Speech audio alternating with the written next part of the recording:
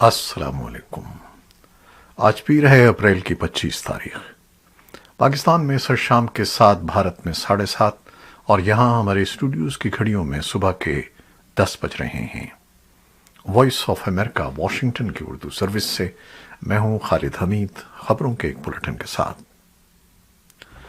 پاکستان کے وزیر خزانہ مفتاح اسماعیل نے اعتراف کیا ہے کہ عالمی مالیاتی فنڈ سے ملاقاتوں کے بعد واپسی پر وہ اپنے ساتھ عوام کے لیے کوئی ریلیف لے کر نہیں جا رہے۔ ان کے بقول IMF کے پاس آنے کا مطلب ہی یہ ہے کہ عوام کو کوئی ریلیف فراہم نہیں کر سکیں گے۔ اس وقت قوم کو کڑوی گولی کھانا پڑے گی، جس کے بعد صورتحال بہتر ہوگی اور ہم اپنی معیشت کو دھارے پر ڈال سکیں گے۔ وائس آف امریکہ کو دیے گئے خصوصی انٹرویو میں انہوں نے کہا کہ ان کے واشنگٹن آنے کا مقصد پاکستان کے لیے IMF کے پروگرام کو بحال کرانا ہے، جو کچھ عرصے سے رکا ہوا ہے۔ انہوں نے تسلیم کیا کہ پیٹرول پر سبسڈی ختم کرنے کی شرط پر عمل کیا جائے گا۔ پاکستانی وزیر خزانہ نے بتایا کہ IMF سے اسٹاف کی سطح پر تکنیکی بات چیت کا آغاز منگل سے ہو جائے گا، اور اس سے پہلے IMF کو ضروری ڈیٹا فراہم کیا جا چکا ہے، جبکہ بقیہ معاملات طے کیے جائیں گے۔ مفتاح اسماعیل کے مطابق IMF کا وفد مئی میں پاکستان کا دورہ کرے گا، جہاں پروگرام کی بحالی کے معاہدے پر دستخط ہوں گے اور رکے ہوئے فنڈ جاری ہو جائیں گے۔ انہوں نے کہا کہ IMF نے بات چیت میں موجودہ حکومت کی مدت کا سوال اٹھایا، جس پر ہم نے ان سے کہا کہ وہ 3 سالہ پروگرام میں 1 سال کی توسیع کر دیں، جس کا انہوں نے مثبت رد عمل دیا ہے۔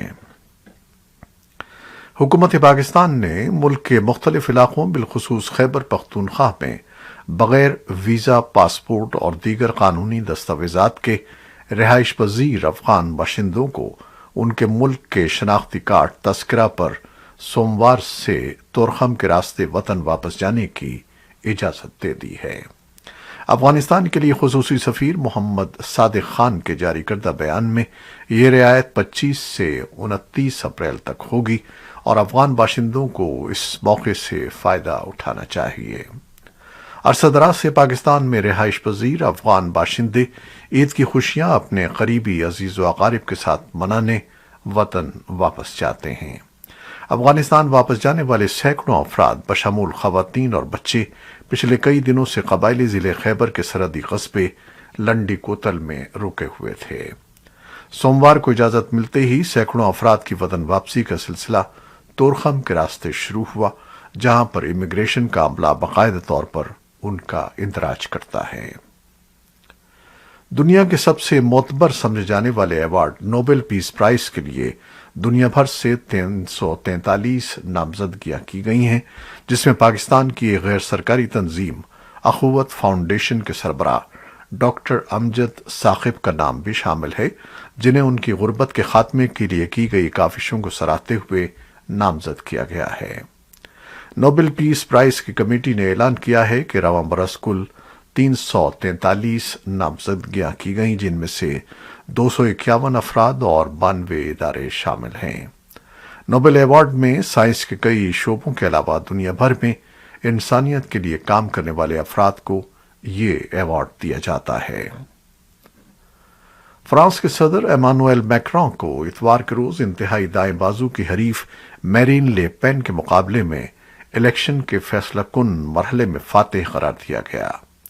دونوں امیدوار نہ صرف ملکی مسائل پر بلکہ یورپ، نیٹو اور باقی دنیا میں فرانس کے کردار پر بھی مختلف خیالات رکھتے ہیں۔ میکرون نے اپنی کامیابی پر کی جانے والی تقریر میں کہا کہ اس ملک میں بیشتر لوگوں نے مجھے اس لیے ووٹ نہیں دیا ہے کہ وہ میرے خیالات کی حمایت کرتے ہیں، بلکہ اس لیے بھی کہ وہ انتہائی دائیں بازو کی سوچ کو آگے نہیں آنے دینا چاہتے۔ انہوں نے کہا کہ میں ان کا شکریہ ادا کرنا چاہتا ہوں اور جانتا ہوں کہ آنے والے برسوں میں ان کی حمایت کا حق ادا کروں گا۔ امریکی صدر جو بائیڈن نے میکرون کو مبارکباد دیتے ہوئے ٹویٹ کیا کہ وہ فرانسیسی رہنما کے ساتھ مسلسل قریبی تعاون کے منتظر ہیں۔ دیگر یورپی رہنماؤں نے بھی نیک خواہشات کا اظہار کیا، جن میں یوکرین کے صدر ولادیمیر زیلنسکی بھی شامل ہیں۔ اور اب یوکرین اور روس جنگ میں تازہ ترین پیش رفت کے بارے میں خبریں۔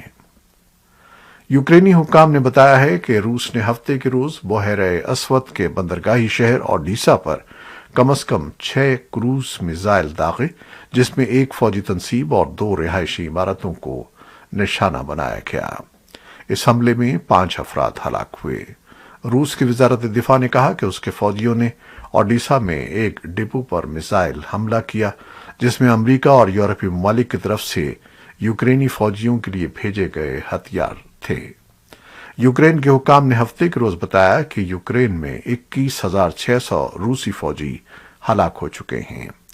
صدر زیلنسکی نے روسی رہنما ولادیمیر پوٹن کے ساتھ ملاقات کے لیے اپنے مطالبے کی تجدید کی تاکہ جنگ ختم کرنے کے بارے میں بات چیت ہو سکے۔ امریکہ یوکرین کی روس کے خلاف جنگی کوششوں میں مدد کے لیے مزید فوجی امداد بھیج رہا ہے۔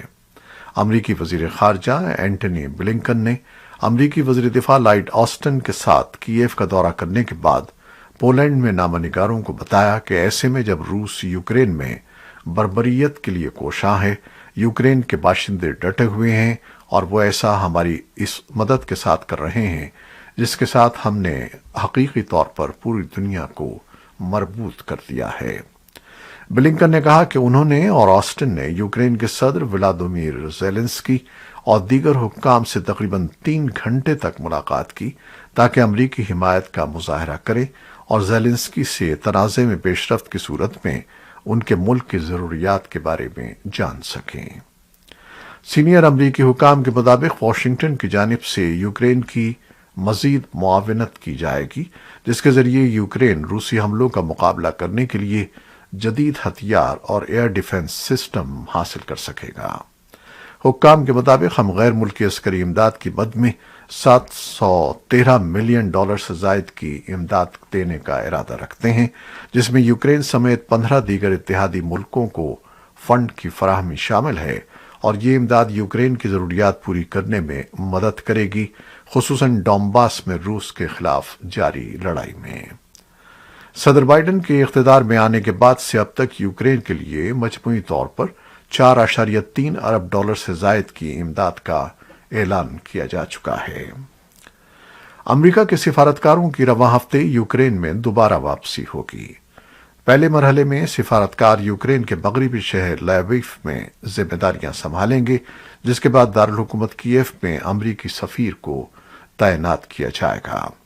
امریکہ کے صدر جو بائیڈن بریگیڈیئر برنک کو یوکرین میں نئے امریکی سفیر کی حیثیت سے تعینات کریں گے، جو اس وقت سلویکیا میں بطور امریکی سفیر خدمات انجام دے رہے ہیں۔ کئی یورپی اور نیٹو رکن ممالک اپنے سفیروں کو واپس کیف میں تعینات کر رہے ہیں، جن میں Austria, Belgium, France, Italy, Slovakia, Slovenia اور چیک ریپبلک شامل ہیں، جبکہ برطانیہ نے جمعے کو اعلان کیا تھا کہ وہ جلد یوکرین میں اپنا سفارت خانہ کھول دے گا۔ امریکہ سمیت مغربی ملکوں کی یوکرین میں سفراء کی تعیناتی کے اعلانات اس جانب اشارہ کر رہے ہیں کہ یوکرین میں روس کی جانب سے 2 ماہ تک شیلنگ اور بمباری کے بعد صورتحال اب امن کی جانب بڑھ رہی ہے۔ اقوام متحدہ کے سیکرٹری جنرل انطونیو گتریس آج پیر کو انقرہ میں ترک صدر طیب اردوان اور منگل کو ماسکو میں پوٹن سے ملاقات کریں گے۔ گتریس جمعرات کو زیلنسکی سے ملاقات کے لیے کیف جائیں گے۔ وزیر خارجہ بلنکن نے کہا کہ ہماری توقع ہے کہ وہ ولادیمیر پوٹن کو مضبوط اور واضح پیغام دیں کہ اس جنگ کو اب ختم ہونا چاہیے، جنگ بندی کی ضرورت ہے، امداد پہنچانے کے لیے اور لوگوں کے انخلاء کے لیے انسانی ہمدردی کی راہداریوں کی ضرورت ہے۔ بلنکن نے کہا کہ یہ ایک واضح اور براہ راست پیغام ہے جو گتریس کو عملی طور پر پوری بین الاقوامی برادری کی جانب سے لے جانا چاہیے۔ یوکرین کے صدر ولادیمیر زیلنسکی نے ترک صدر رجب طیب اردوان کے ساتھ محصور شہر ماریاپول سے شہریوں کے فوری انخلاء کی ضرورت پر بات چیت کی ہے۔ دونوں رہنماؤں نے یہ بات چیت ترک صدر اردوان کی اپنے روسی ہم منصب ولادیمیر پوٹن سے ہونے والی ملاقات سے پہلے کی ہے۔ ترک صدر سے بات کے بعد زیلنسکی نے کہا کہ انہوں نے ازوسٹال سمیت ماریاپول سے شہریوں کے فوری انخلاء اور فوجیوں کے فوری تبادلے کی ضرورت پر زور دیا ہے۔ امریکی وزیر دفاع منگل کو جرمنی کے رامسٹین ایئر بیس پر ایک اجلاس میں شرکت کریں گے، جس میں امریکہ اور دیگر اتحادیوں کے درمیان یوکرین کے معاملات پر مشاورت کی جائے گی۔ اس اجلاس کے دوران لارڈ آسٹن یوکرین کو طویل المدت وقت کے لیے درکار دفاعی ضروریات پر بات کریں گے۔ مغربی ملکوں کے عسکری اتحاد نیٹو کے سربراہ جنرل یینس اسٹالٹنبرگ اور یوکرین کے وزیر دفاع الیکسی ریزنکو بھی اس اجلاس میں شرکت کریں گے۔ جنگ کی وجہ سے بے گھر ہونے والے یوکرینی باشندے اتوار کو آرتھوڈاکس ایسٹر کے موقع پر مشرقی یورپ کے گرجا گھروں میں جمع ہوئے۔ اپنے گھروں سے بہت دور ان افراد کو اس بات کا یقین نہیں ہے کہ وہ کب واپس وطن لوٹ سکیں گے۔ انہوں نے تحفظ کے ساتھ ایسٹر منایا اور روس کے ساتھ لڑائی کے خاتمے کے لیے دعائیں کیں۔ ہنگری کے دارالحکومت بڈاپیسٹ کے چرچ آف سینٹ مائیکل میں بھی سینکڑوں عقیدت مند یوکرین کے ایک پادری کے ساتھ عبادت میں حصہ لینے کے لیے جمع ہوئے۔ درجنوں یوکرینی پناہ گزینوں نے بھی رومانیہ کے شہر بخارسٹ میں ایسٹر کی تقریب میں شرکت کی، جہاں یوکرینی زبان میں مذہبی گیت پیش کیے گئے۔ افغانستان میں طالبان کے قائم مقام وزیر خارجہ امیر خان متقی کی قیادت میں ایک وفد نے اتوار کو قطر کے نائب وزیر اعظم اور وزیر خارجہ شیخ محمد بن عبد الرحمن الثانی سے ملاقات کی۔ طالبان کی وزارت خارجہ کے ترجمان عبد القہار بلخی کے مطابق ملاقات میں سیاسی اور اقتصادی امور اور افغان ایئرپورٹ کے معاہدے پر تبادلہ خیال کیا گیا۔ افغانستان میں طالبان نے مخلوط تعلیم کو مکمل طور پر روکنے کے لیے کابل یونیورسٹی اور پولی ٹیکنیک یونیورسٹی میں طلباء اور طالبات کے الگ الگ دن مقرر کر دیے ہیں۔ نئے احکامات کی روشنی میں اب لڑکیاں ہفتے، پیر اور بدھ، جبکہ لڑکے اتوار، منگل اور جمعرات کو یونیورسٹی جائیں گے۔ دوسری جانب طلباء اور طالبات کے ساتھ ساتھ مبصرین نے بھی طالبان کے اس اقدام کو شدید تنقید کا نشانہ بنایا ہے۔ ماہرین کا کہنا ہے کہ طالبان کے اس طرز کے اقدامات خواتین کے خلاف شدید نفرت کی عکاسی کرتے ہیں اور ایسی پالیسیز کو لڑکیوں کو تعلیم سے دور رکھنے کے مترادف قرار دیا ہے۔ افغانستان سے گزشتہ برس غیر ملکی افواج کے انخلاء کے بعد برسر اقتدار آنے والے طالبان نے اتوار کو اپنے بانی ملا عمر کی 9ویں برسی منائی۔ اس حوالے سے دارالحکومت کابل میں منعقدہ خصوصی تقریب میں شرکاء نے ان کی زندگی، شخصیت اور سوویت یونین کے خلاف جدوجہد پر روشنی ڈالی۔ وائس آف امریکہ کی افغان سروس کے مطابق کابل میں منعقد ہونے والی تقریب میں طالبان رہنماؤں نے ایک بار پھر اپنا موقف دہرایا کہ افغانستان کی سرزمین کسی دوسرے ملک کے خلاف استعمال کرنے کی اجازت نہیں دی جائے گی۔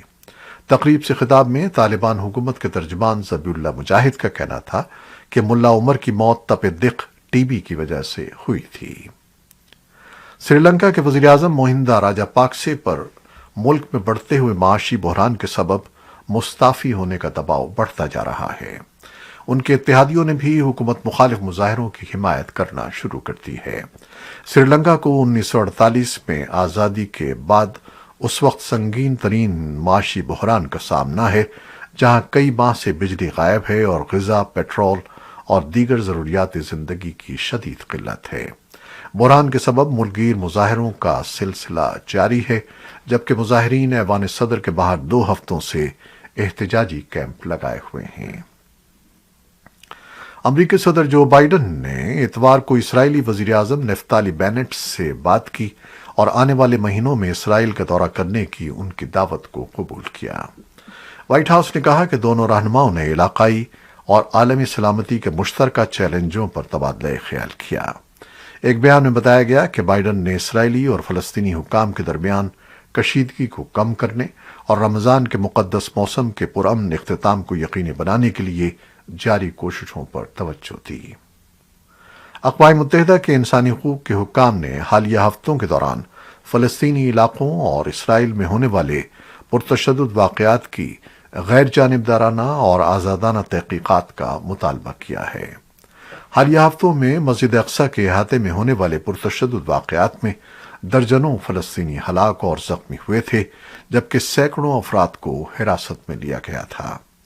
اسرائیل میں گزشتہ کئی برس سے ہونے والے حملوں میں سب سے ہلاکت خیز کارروائی میں فلسطینیوں کے ہاتھوں 12 اسرائیلی اور 2 غیر ملکی شہری بھی ہلاک ہوئے ہیں۔ اقوام متحدہ کے انسانی حقوق کے حکام کی جانب سے تشدد میں ہونے والے اضافے پر تشویش کا اظہار کیا جا رہا ہے، جس کی وجہ وہ اسرائیلی سیکیورٹی فورسز کی جانب سے طاقت کے ضرورت سے زیادہ استعمال کو سمجھتے ہیں۔ سوڈان کے ایک امدادی گروپ کا کہنا ہے کہ جنگ زدہ علاقے دارفور میں عربوں اور غیر عربوں کے درمیان قبائلی جھڑپوں میں 168 افراد ہلاک ہو چکے ہیں۔ دارفور میں پناہ گزینوں اور بے گھر افراد کے لیے جنرل کوآرڈینیشن کے ترجمان ایڈم ریگل کا کہنا ہے کہ مغربی دارفور صوبے کے کیرینک علاقے میں لڑائی میں 98 افراد زخمی ہوئے۔ ان کا کہنا ہے کہ جھڑپیں سب سے پہلے جمعرات کو کریک میں ایک نامعلوم حملہ آور کے ہاتھوں 2 افراد کی ہلاکت کے بعد شروع ہوئیں۔ کورونا وائرس شنگھائی نے اتوار کو کووڈ کے نتیجے میں 39 اموات کی اطلاع دی ہے، جو ہفتوں کے لاک ڈاؤن کے باوجود ایک دن کی سب سے زیادہ تعداد ہے۔ چین کے دارالحکومت بیجنگ نے بھی انفیکشن کی بڑھتی شرح کے ساتھ سنگین صورتحال کے بارے میں خبردار کیا ہے۔ دنیا کی سب سے بڑی معیشت سخت لاک ڈاؤن اور بڑے پیمانے پر جانچ کے ساتھ 2 سالوں میں وبا کے بدترین مرحلے کو ختم کرنے کے لیے جد و جہد کر رہی ہے۔ یہ تھی وہ خبریں جو فیس بک لائیو پر ہم نے آپ کے لیے پیش کی۔ ہماری ویب سائٹ، یوٹیوب اور پوڈ کاسٹ پر یہ بلیٹن پوسٹ کر دیا جاتا ہے۔ آپ ہمارے بلیٹن کو شیئر کرتے ہیں اور اپنے کمنٹس میں اپنی دعاؤں اور محبتوں کا اظہار کرتے ہیں، جس کے لیے ہم آپ کے فرداً مشکور ہیں۔ اپنی ان محبتوں کو جاری رکھیے گا۔ خالد حمید کو اب اجازت دیجیے گا۔ اللہ حافظ۔